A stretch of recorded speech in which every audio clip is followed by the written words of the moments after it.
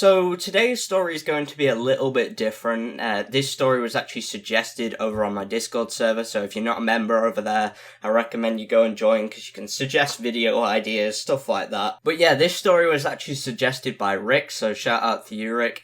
And essentially what he suggested was the scariest experience I've ever had. Now, this one doesn't even take place in this country, it takes place in Austria, and I was probably about, I want to say 5 or 6 years old at this time. And yeah, it was on a skiing holiday. I want to say 2008, but it might have been 2007. It was such a fucking long time ago, and my memory is not great at all. Especially considering how fucking young I was when this story takes place. So, without further ado, we're gonna jump into the story. So today's story takes place in Austria in 2007. Now, I'm gonna say 2007 for the rest of it, because that's probably the most likely. I can't remember if it was 2007 or 2008. I was so fucking young at this time.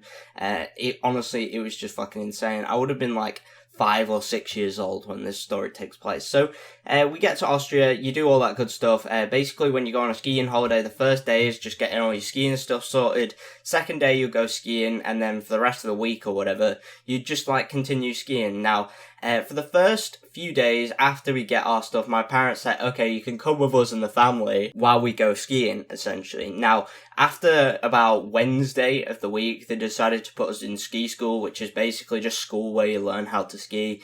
It was quite fun back in the day, to be quite honest. You met some people, and you ended up having fun on the slopes and that, and it was quite good back in the day. But yeah, we walk from the hotel to the ski lift, which is like one of those chairlift kind of ones. You've got different types of ski lifts, obviously, but we get onto the chairlift, and we end up going all the way up to the hill and skiing back down again.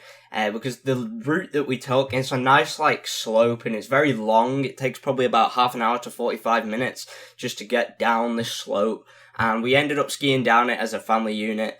But at the bottom, we got separated, and my dad and my mum, but my brother was actually too young to ski, so he was in, the ski nursery thing, because he would have been about 1 or 2 years old at this point. But yeah, my mum and my dad and the rest of my family all go up on the ski lift, and I'm kind of, left at the bottom.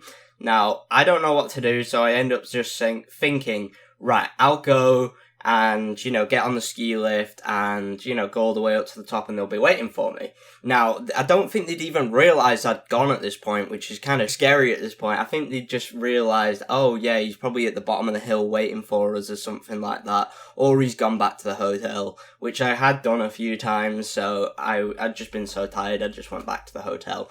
But, yeah, they were probably thinking that, and I ended up getting on the ski lift with these, 2 Austrian guys. They were quite nice, actually. They were just making some jokes, asking where I was from, etc., etc. Really funny guys, actually. You know, they say, how German people have no sense of humour. Well, that's a fucking lie. These Austrians were funny as fuck, and they're pretty much German. But, yeah, we end up getting to the top, and I go to get out of the ski lift after the bar has been raised to, keep you in the ski lift. And I don't make it out. I start shouting for help because obviously the ski lift is going back down the hill. And I can't get the bar down because I'm too short and my arms can't reach up to grab this bar. And I end up just screaming for help. No one fucking hears me because apparently everyone in Austria is fucking deaf.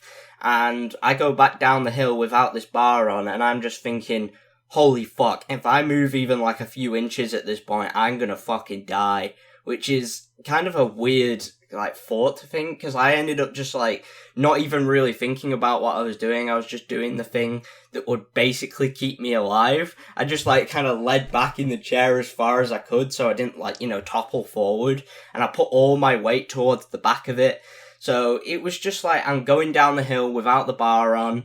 It's a fucking 200 to 300 foot drop out of this ski lift. So there's no fucking chance that if I fall out of this that I'd survive. There's absolutely no chance. It's onto rugged mountain terrain, so I'd probably get fucking impaled or something. It would not be a pleasant way to die. So I just think, right, I'm gonna try and keep alive until I get to the bottom. And eventually, after going down, it takes about 10 minutes to get back down. I'm still on the ski lift, and more people are coming onto it, and they see that there's this kid who's really fucking young coming down on the ski lift without the bar on, and everyone's just like, holy fuck, how did that happen? But some people get on and they put the bar on, and I actually feel safe at this point. I'm not gonna fall out and die. They were like talking to me, because I believe they were from England or some place around there. They might have been Scottish or Welsh or whatever, but they ended up talking to me, and I was just saying like, yeah, I couldn't get it down, I couldn't get off, so I had to just come back down and try and stay as safe as possible.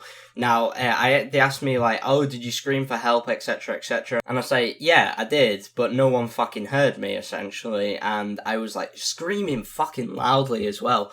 The operator didn't hear me, and it was a really fucking scary experience, to be quite honest with you, because I had no idea what to do other than just basically rely on survival instincts, and I survived, thank fuck. Otherwise, you wouldn't be seeing this video here today, but it was a fucking scary experience. I honestly could have died in that moment if I hadn't had the common sense to, not rock the fucking chair back and forth, or just like, ooh, what's this, and lean out and look down, or some stupid shit like that.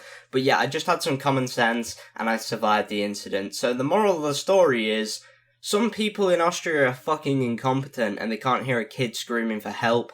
Maybe they didn't understand, maybe they didn't think, it was anything wrong, because they couldn't understand what help actually meant, because obviously they speak German in Austria.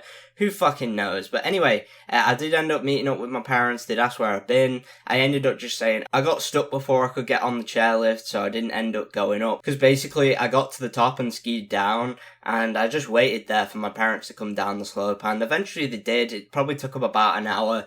But, they were wondering where the fuck I'd been, and I just said I waited here because I didn't know where you were, and, apparently, that worked, and my parents found me, and we ended up going back to the hotel and going in the pool for a bit, so that was fun. But anyway, that's going to be it for today's video here. If you did enjoy, please do the like and subscribe. It was a bit of a shorter one, but hopefully you guys still enjoyed either way. But thank you guys so much for watching. If you did enjoy, please do the like and subscribe. Make sure you go and join the Discord server as a link down below, or you can turn on post notifications. I know I'm switching up a bit, but thanks so much for watching, and I'll see you all in the next one. Man, ski lifts are dodgy.